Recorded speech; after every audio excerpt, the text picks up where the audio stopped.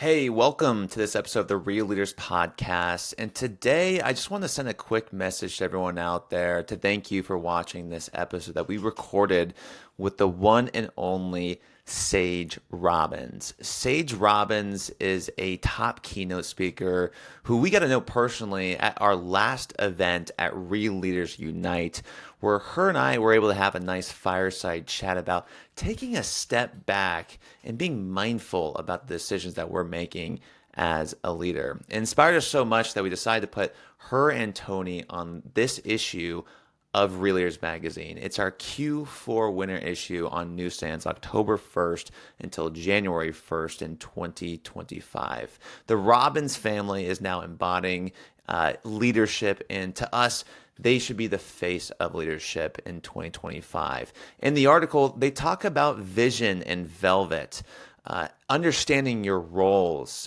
from a personal dynamic in a family business where Tony might be more the visionary, but Sage is really the operations, how things get done. And so in this interview, I really wanted to take a step back and think about my own personal experience working in a family company and trying to ask questions that I think so many family business leaders are struggling with. And so thank you so much. Just a quick shout, really, just thank you, Sage, for getting really personal, really opening up to our audience in this episode to share what it's like working with one of the most iconic leaders in the world, but also being behind the scenes for the most part for many years. And so we're so reluctant to have Sage and Tony in this community, and just really appreciate Sage's wisdom on this episode of the Real Leaders Podcast. So that's all I wanted to share here briefly. Thank you so much for tuning into this episode. And don't forget to get your magazine at realleaders.com or access it for free today at realleaders.com. So once again, thank you so much, and enjoy the show. Let's just dive in here a little bit and just jump into the interview. Of course, Sage, a lot of people, are familiar with the brand. We're going to be talking a lot today about, what it's like to be in the family company, into the family business per se. But the question that I'd love to really start with is a quote that you shared with us. Okay, it's a quote that you shared with us. It says, "Sometimes the stories we tell ourselves hinder our potential." So first off, what do you mean by that? And then what signature moment or story comes to mind that's reshaped your trajectory and how you lead? Oh my gosh, so many, Kevin. Well, if I think back to when Tony and I first got together and we were iterating in the business and in businesses and trying different ventures and business ventures and partnerships. And I remember thinking, because it's almost like you throw something up against the wall. This is a terrible metaphor, by the way, Right. but it's coming through. And if it sticks, and it just felt like everything just didn't stick or it didn't land. And I remember feeling quite amazed at how many iterations and how many times we just began again. Or, there's life's real. There's the appearance of failure. There's, somebody that you thought was a good human being, and maybe they're a good human being, but they had some patterns that didn't serve to move forward with a partnership. There could be something legal. Like there's just all these circumstances that I think we navigate in business, never mind in life. Tony always says about, you can't live your life looking through your rear view mirror. And I think that that's a reality. And when we do, when I have, it's created a resistance or an arresting of moving forward because there's a greater amount of fear. If I think back to the things that didn't work and I focused on them, and that was how I was, attempting to move forward, that creates friction. And it creates, from my own experience, a narrowing of, co-creativity to move something forward. So I really, at this stage in my life, one of the gift of age and wisdom, or just, I suppose, age and lived wisdom, is self-reflecting and learning from what hasn't worked or what has. Because I think that, those stories or those experiences, they have an opportunity to move us forward and grow us and evolve us. And sometimes, I guess, in my experience, it's stories that are said about us that we internalize, and it's really easy to do that. You talk a lot Yes. about externalizing and internalizing and the Hmm. difference between that. But one of the things that unite that was really interesting and captivating to me was, here's my mother, who a lot of people see as Mark's spouse. Hmm. Here's Stedman Graham, who a lot of people see as Oprah's partner. Yes. How do you get over the external stories that are said about you, and how do you define your own identity? Well, that's an interesting question. Well, I think all perspectives are true. I think people would see me as Tony's wife, Tony's partner. People would see me as Sage. People, it's like all these roles and identities and duties. My parents would see me as their daughter. My daughter would see me as her mom. You know what I mean? Like there's just all these roles, and I think they all have their gift and opportunity. And what I really recognize about Tony and I is there's the interdependent where we come together and we create and we collaborate and we bring our gifts. And then we both stand in our own isness as well with our gifts that we're called to bring to the world and to one another and to this mission or to our businesses. And I think that that's really interesting. I enjoy the space of what we bring to one another. And because I don't feel in competition. He's not in competition with me. Rather, I'm actually curious. I'm always curious what he'll say because it's very different than what I would. And I think we both, we've been together for over 25 years. And after a certain number of years, you get to know, never mind yourself, but one another. And I'm sincerely interested and value his perspective as he does mine.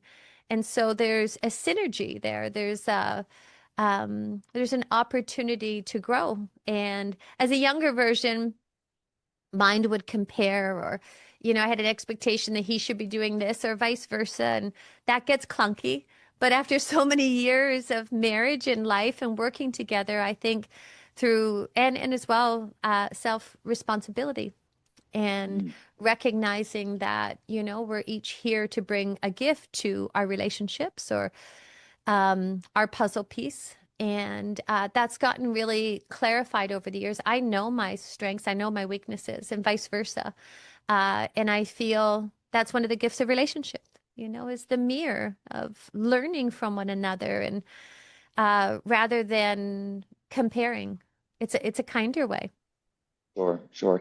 And, having some insight working in a family business, at least hard. It's hard for us to kind of, I guess, have those family conversations in front of other coworkers sometimes Yes. because they can get heated, they can get very intimate, they can get jaded sometimes. How have you gone about that process? Do you bring a lot of people in? Do you segment? What's been your experience so far?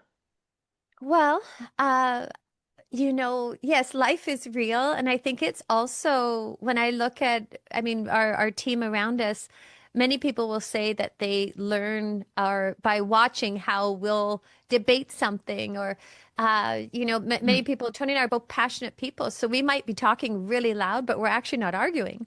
We're just, conspiring that space of the dynamic dance and push and pull of I don't know, just that space of a dance and the mm, willingness mm, to hear and to perceive one another and still stand for what your conviction or what feels true in the moment versus and with a willingness to hear and perceive what you might be missing. And I think that that's one of the greatest gifts as we grow mm. and mature in life is the willingness to hear what another's saying rather than defend your stance. I really feel at this stage there's nothing between Tony and I. I mean, you kind of get life strips you down to love and gratitude. And earlier, a younger version of myself, I was, would want to defend what I was trying to say. Now I will look to uh, connect and, have more of a space of collaboration and understanding of one another. And that um, makes for great co-creation. I love that. And has there, I was asking Julie about this today, like is there a moment that comes to mind where it's been like a really like where do you guys argue the most on decisions? And she goes, well, we don't really argue that much, which I found to Hmm. be pretty profound. Is that a similar relationship that you guys had, or is there a moment or time when there was an area Oh, we've of the had business so you know? many moments. I think to get to Okay. blue sky, what I call to be blue sky, where you really see one another and you have an understanding of like, sugar, I know what it feels like to be stressed or to be overwhelmed. And so that like that invokes compassion. Mm, But I think you get there by going from heaven to hell, heaven, heaven, heaven, hell, hell, hell, heaven. You know what I mean? Like you go through life because life, you're experiencing that on the external and you experience that as well as on the internal. And that's a humbling path for us all. But the beautiful gift, I think, in relationship, whether it be a family or a partnership, is when there's a willingness to see ourselves and to see our part and to drop the demonization and blame. I would say if I was to say there's like a key to creating harmony in partnerships, never mind in business, that's part of the saying, hey, I take responsibility for how I'm being. That doesn't mean that I'm going to be perfect.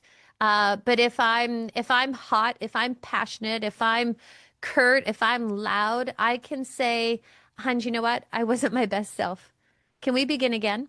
mm, Or if I'm mm, in a meeting and there was something that came up, I'm just trying to think of something specific, but if I'm in a meeting and if I didn't feel that I brought my best self forward, versus now let's just listen to what it looks like. It's like, why do you always do this? You did that. She said this. That we've all done that, and I still can as human beings. But when we are focusing on what that person is doing or what they should be doing, that's where life gets wonky. mm, That's where mm. life gets really muddled. And I think over 25 years of partnership and as well partners in business and this mission, you come to know yourself and you come to know one another and as well the team around you. And so there's the old way is I can resist this, I can make you wrong, I can demonize you, I can blame you. We all know what that feels like. Mm. Dense, true? True, absolutely. Yeah. Yeah, me too, for all of us. And I think that that's where it gets muddled.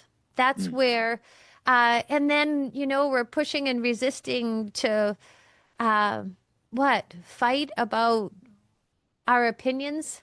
This world is laden with opinions right now. It's everybody's fighting for their opinions. And I think with a little bit of willingness and curiosity, uh, to have a dialogue and a conversation like, hey, do you know what? I hear you right now. And I had this thought it might be all wrong, but what do you think about this? mm, And I mm, and I find that there's a way to communicate that we are heard.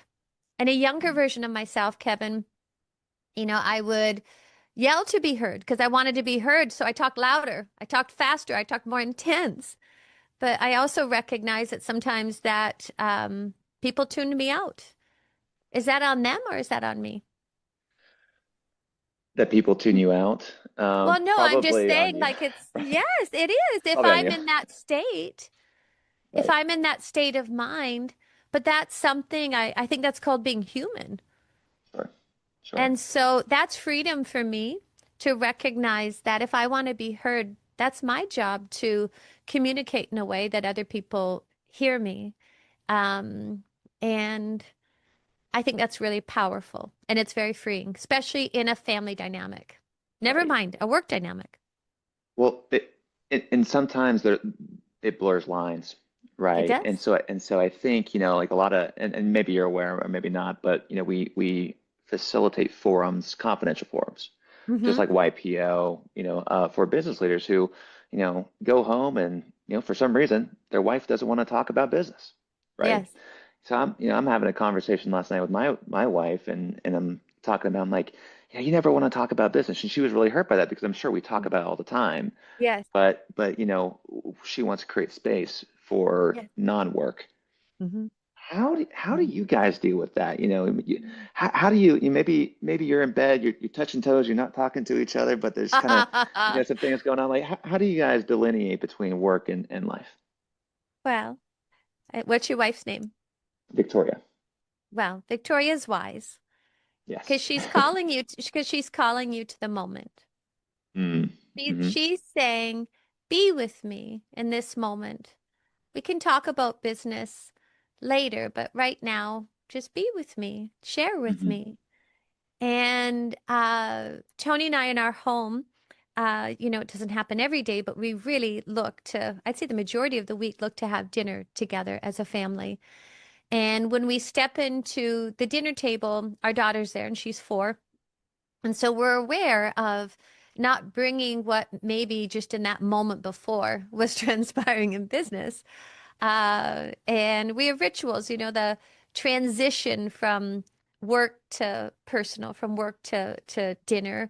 Maybe we'll jump in the hot tub or we'll go have a shower to just do a water reset, to be able to to be able to be present, Mm. and show up. And we all share, what are we grateful for? What was something beautiful about your day? And our daughter the other day was telling us about just last night, telling us about her play date. And they went to the beach and they played bubbles, but they ran out of bubbles. And so I think the space that your wife invites you to is, I think, the space that life is inviting us in a world where there's so much that's demanding our attention outside of ourselves and all the things that we do. I think it's extraordinarily powerful and balancing to create space to be in Mm. our families, in our homes. Hmm. That might only be if life was really full, even if it's for 5 minutes, Hmm. even Hmm. if it's for 10 minutes, it's for an hour, whatever it might be, whatever's true for you. Uh, and Kevin, you're a love. I feel who you are. In those moments with your lady, if you're like, hun, you know what? I hear you. I hear you. And just be with her, hold her hand, Mm. talk to her, connect with her, and be like, hey, guess what?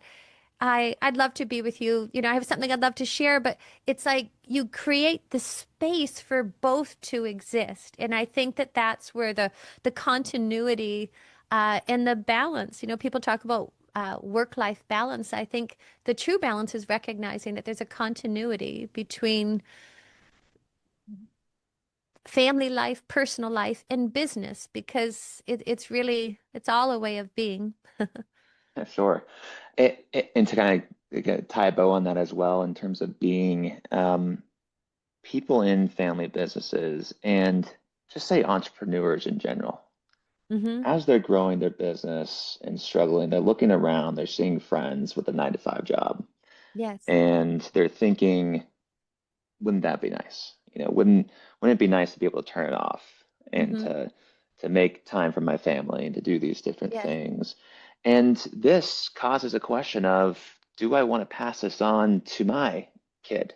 I think I Hmm. pulled a stat here. It said 30% of family businesses make it to the second generation, Hmm. 3% to the fourth. Have you and Tony had conversations about this? I know your one's very little right now, but have you had Yes. conversations about this? Well, yes. I was raised in a family business. I think I shared with you before. Right. My father had a lumber business, and as well, my parents bought and sold homes. And so we would buy a house that was kind of like the most beat up home in an area, in a nice area. And we would, rip out all the carpet and the wallpaper and we'd paint and we'd do renovation. And so that's how we as a family got ahead. And my parents worked hard, and my father worked multiple jobs. There was 5 of us children. My parents also fostered children.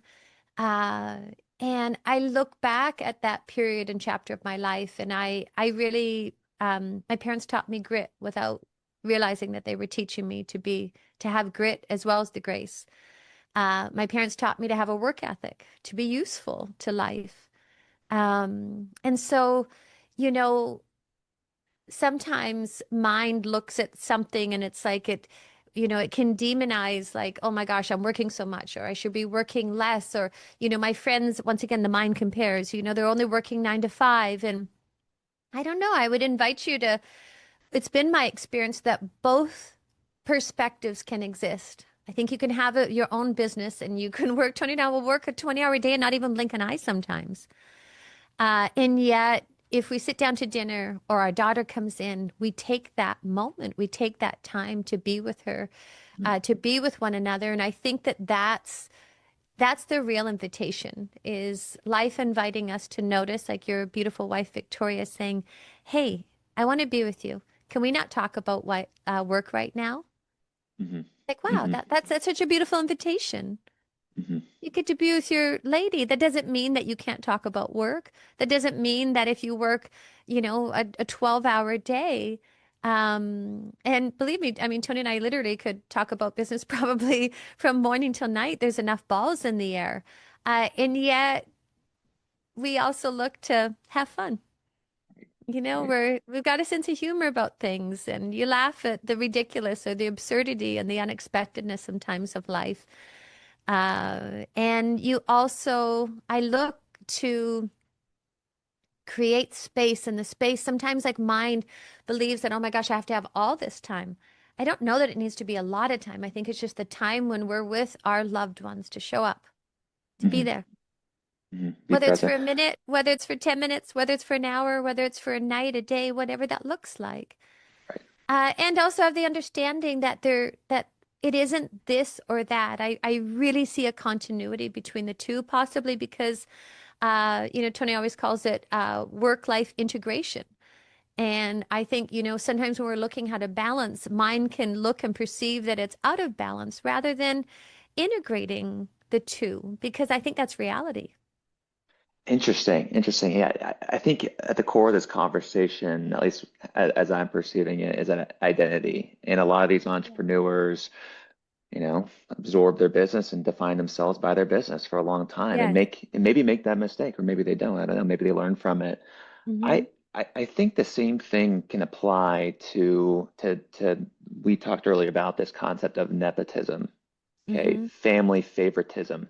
Yes. Um, as I just mentioned, 3% make it to the fourth generation, and a lot of that is provoked by outside conversations or people in the workforce saying you're being favorited Hmm. potentially because of who you are, because of your last name, because of Mm. your relationship. And I really want to touch on this stage. I really want to get your Mm. perspective, because Yes. there's a lot of kids out there who maybe might be leaving this or feeling guilt, shame because they're working for their family. Mm. How did you get over that, and how would you respond to identity and Mm. nepotism? Well, what I hear from you, I loved I loved the statement. You're having favoritism or where you are because of who you are. Possibly you're where you are. We're all where we are, not because of our last name, but because of our who we are. I don't think you're here by chance alone. I don't think you're here because of the family business. You're here because of your effort. You're here because of your heart, your intelligence, your thoughtfulness. You stand out, Kevin, who you are on your own in your own business. That was my experience. I met your mother and I thought she was such a beautiful human being. And I just love to see that blessedness. If you were to go and leave the business, I left my family business. I've entered into, we have this family business and mission here now, but I take those qualities. Mm, I take the mhm, the principles, I suppose, and that was so evident between you and your family, Kevin. And so I would once again, mind can make up all sorts of meanings and people are going to mind judges. So, if it's because you're working for the family, it's because you're working for the family. If you're working somewhere else and you had a really great job, mind can judge about that. It's mhm, innocent, mhm, just mind judges. And I think, you come in a certain package, I come in a certain package. Some people may like you, appreciate you, some people may not. That's the human experience at times. mm, And so that's just it's the way of it. It's the way of it. And I think because otherwise, mind can make up all these stories about, oh my goodness, I'm being treated this way or I'm not, or because it could go both ways. That what was the word? Nepotism, which is favoritism. I had to ask you to define it ahead of time. The favoritism, but it also could be the opposite. It could be Mm, the opposite where possibly I remember my brother came and started to work for our company and he had a tremendous amount of resistance.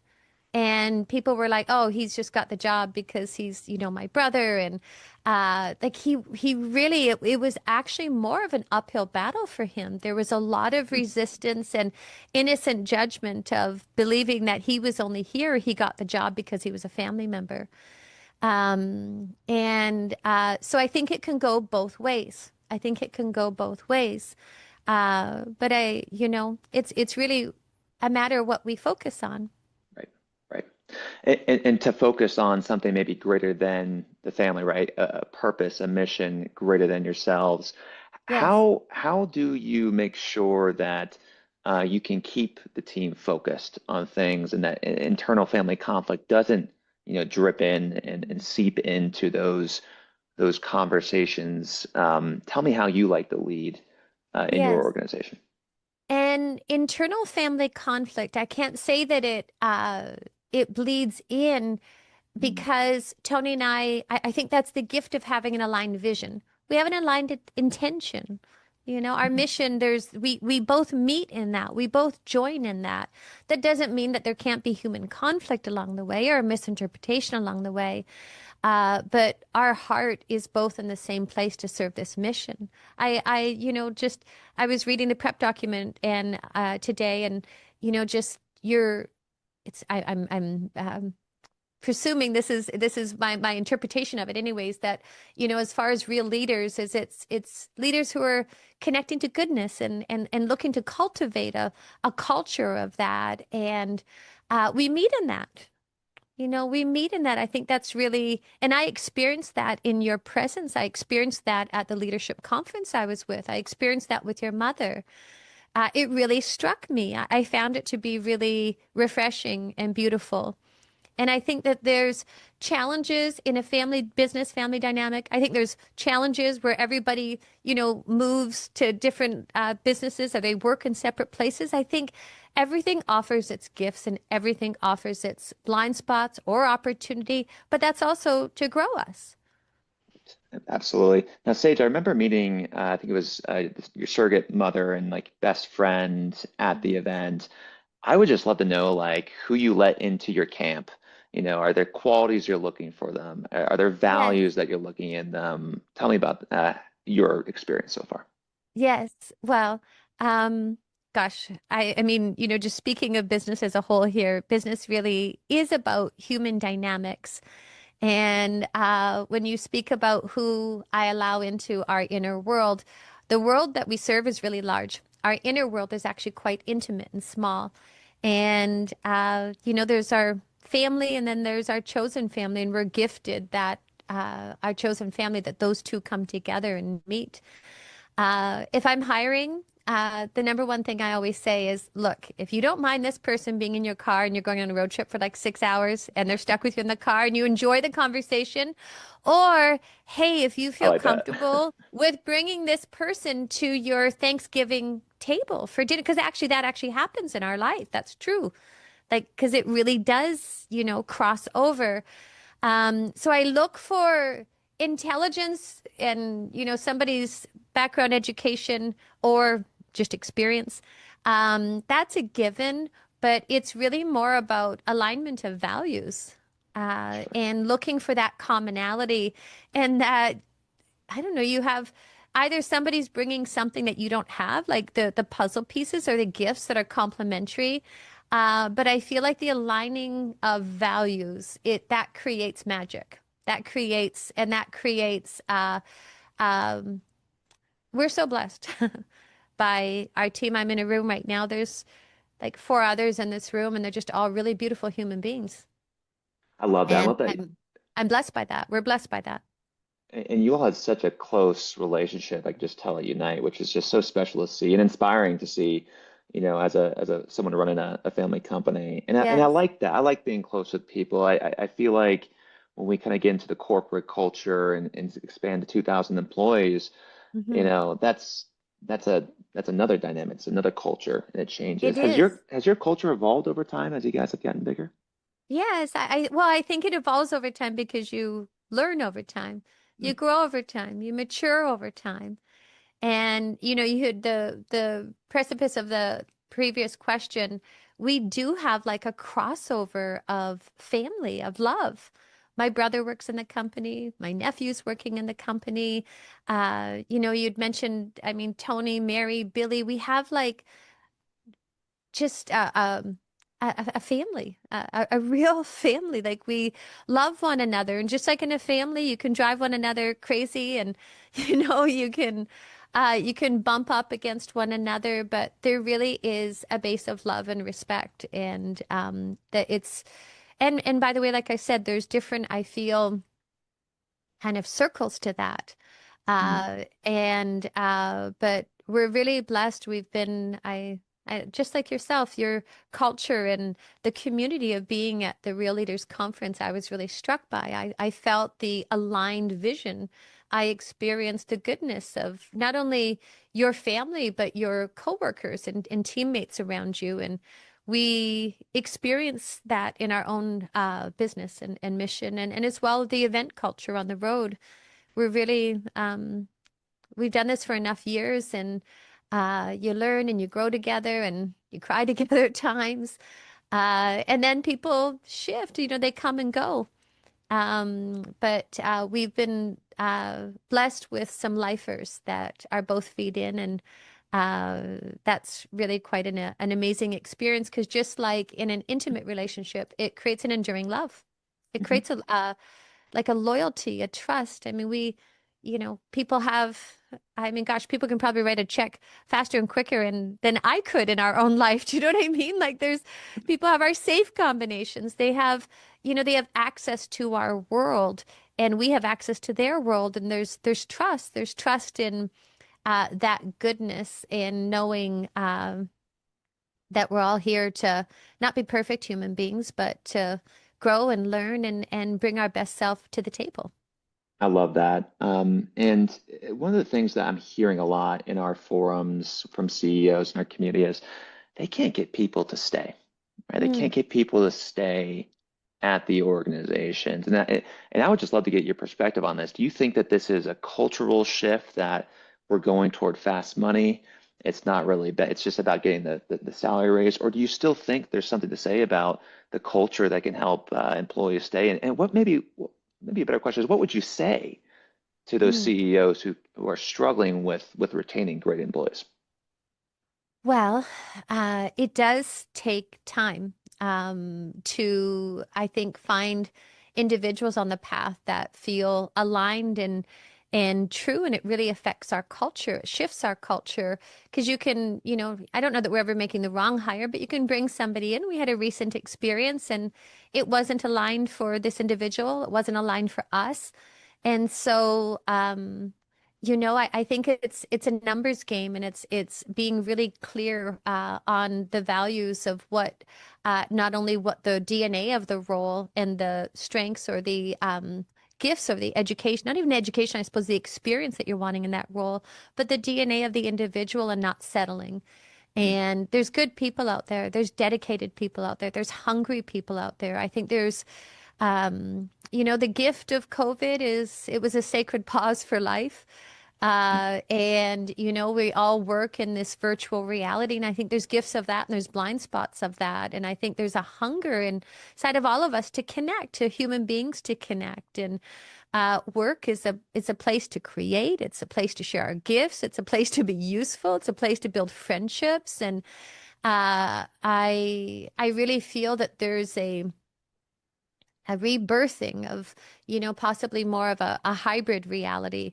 Of we've been doing that in our own company where we're looking for these touch points to bring our team together that creates the proximity and the connection and the relationship. And, we live in a world where things are so fast and efficient, and you have your phone, and it's like we get information like in an instant, or you swipe this way, or you know what I mean? Like there's, I think just we're distracted, we're disconnected as human beings at times, and so it's it's not always easy, but it's so worth it. It's so worth it to persevere and to really stay with individuals and invest in them if they're hungry. If they're not, I always tell people, look, our culture, our world, our business, it isn't for everybody because it Mm-hmm. isn't for the faint of heart. And I'm very candid. I'm like, we work hard. Like we work really hard. And if somebody wants to have a 9 to 5 job, that I actually really honor that. I respect that because all of our puzzle pieces are a little bit different. And I chose a different path. It's not for everybody. It doesn't have to be for everybody. And so when we're recruiting, especially for our inner world, I would say the attribute is discernmentship, to be very discerning. And I learned from making poor decisions, many of them when it comes to hiring. I was at a younger version, I was, hiring out of need. And anytime I hire somebody out of need, that's a miss. I really look to Mm. pause and to because I think it takes time, just like it takes time to plant a garden or for something to grow, it takes time to find individuals that are out there that have aligned values, but they are out there.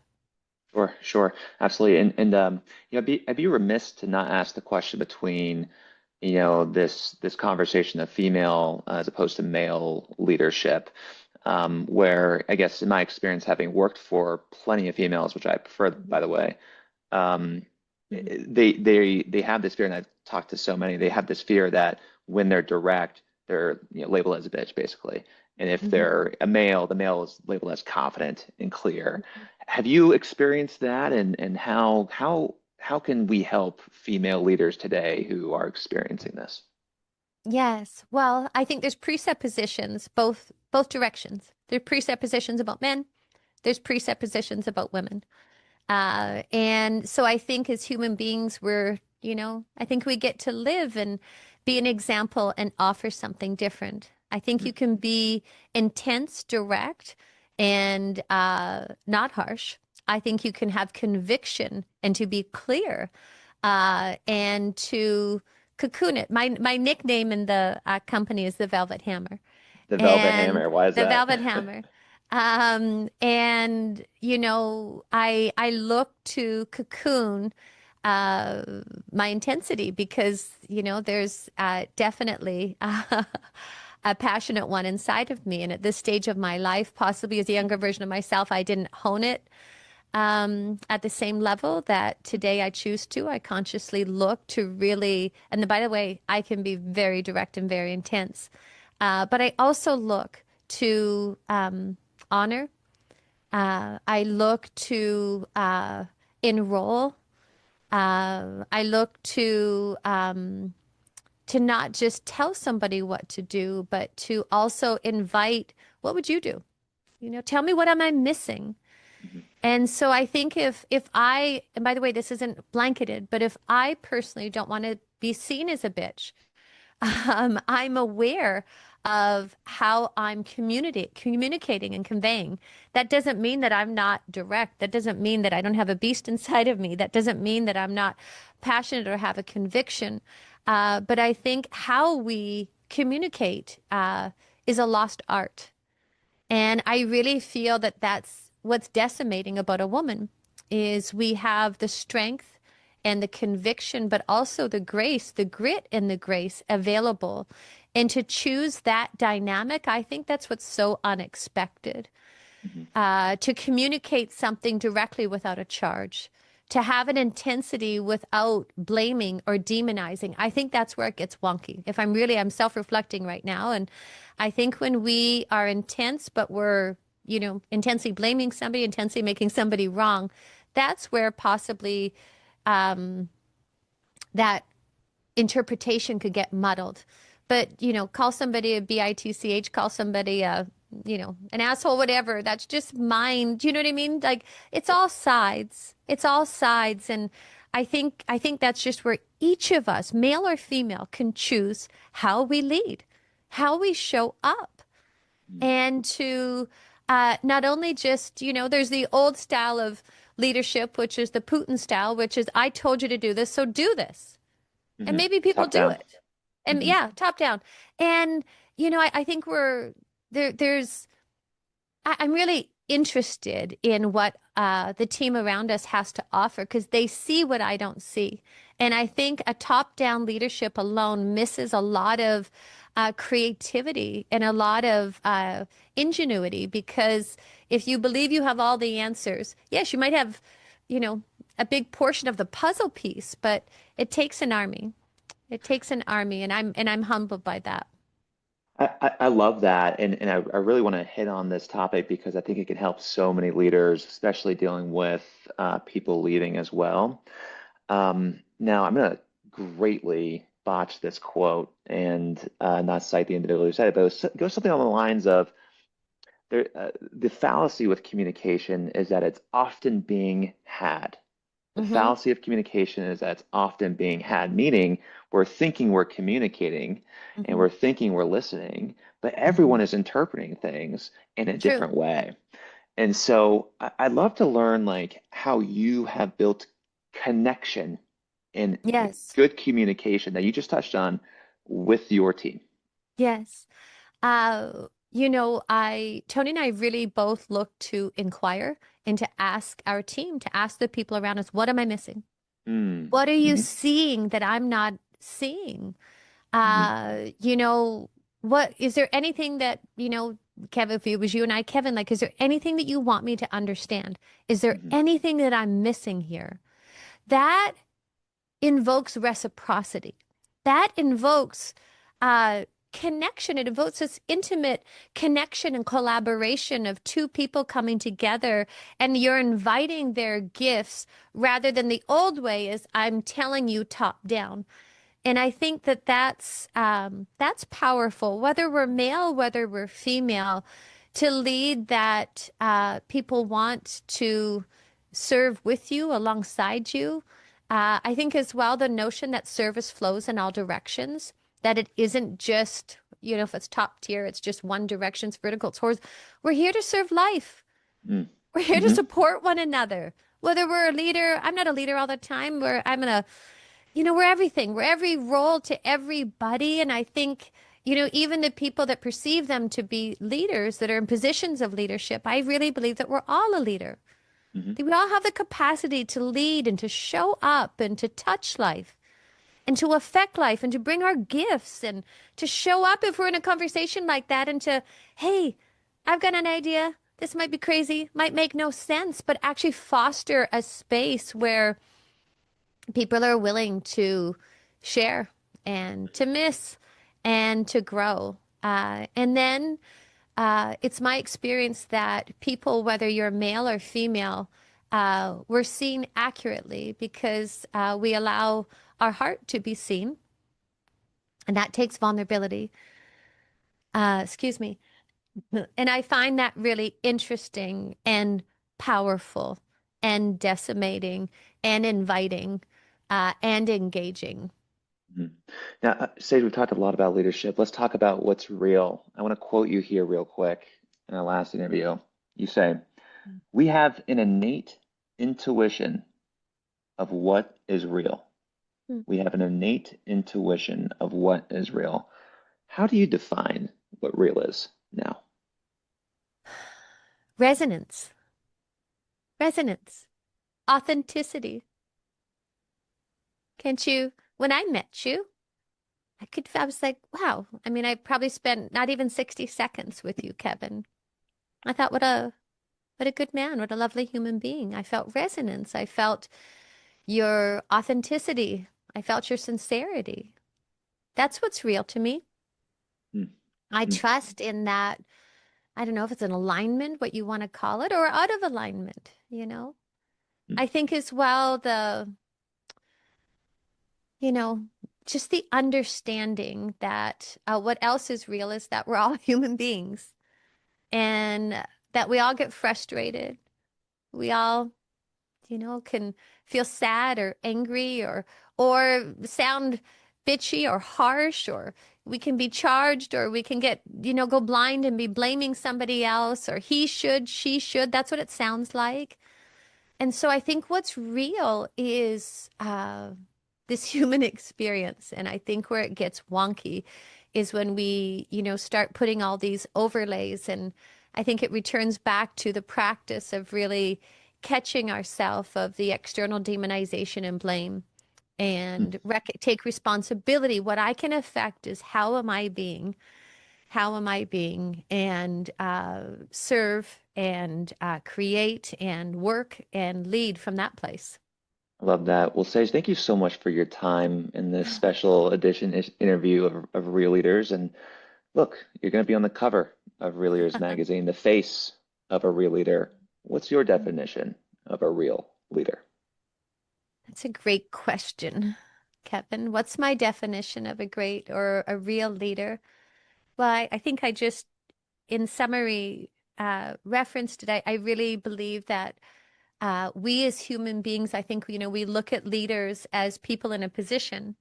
And I think if I was to invite those of you who are listening or watching this or reading this, is to recognize that we all have the capacity to affect life, that your life makes a difference. My life makes a difference.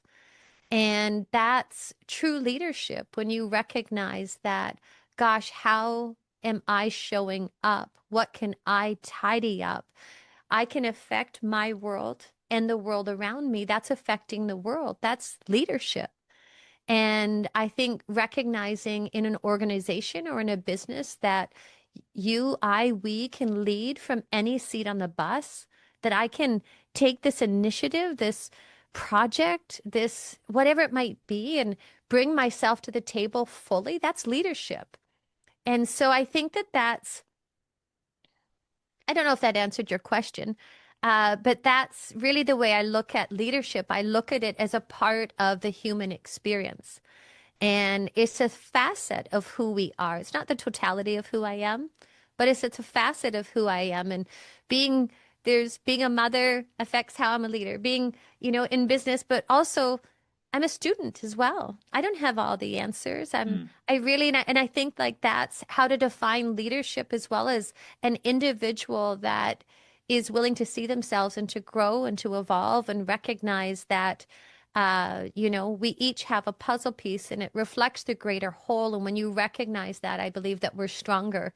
And as a ecosystem, as a culture, as a community, as a company, as a family, we're stronger together than not. And I think that that's really powerful and can be missed. And I think sometimes we as human beings can innocently believe that it's, these leaders, it's the politicians alone, or it's these world leaders that are going to change the world. And I invite you and I, and only everybody that's listening, to look for ways that we can affect the world around us, that we can affect how we're communicating, how we're showing up, and how we're leading in that capacity, and to realize that that's rare. And that's a gem. And that's powerful. And that's transforming. And it's unique because I think it's all of our nature. And part of the schism on the world stage, I think, is only inviting those of us that feel called to show up and find a kinder way to be and to lead from that place. And that creates a magnetic pull for people to want to be a part of our missions. And I think that that's a really beautiful thing. Well said. Beautifully said, Sage. Thank you so much for coming on to spend another hour with us here today. And a big thank you from all the realtors, readers, and fans out there as well. Yes, of course. Thanks for tuning in and thanks for the invitation. This was unexpected, Kevin, and I appreciate just your lens and who you are and how your family does it and the intention of your why. I really feel that we we meet in that, and that's really so refreshing. Well, appreciate you, appreciate your staff who helped organize this, put this together. For everyone listening out there, for Sage Robbins, I'm Kevin Edwards with Real Leaders Magazine saying, go out there and recognize your capacity to impact the world. Mhm. Sage, thank you so much. Thank you so much, Kevin. God bless. Take care.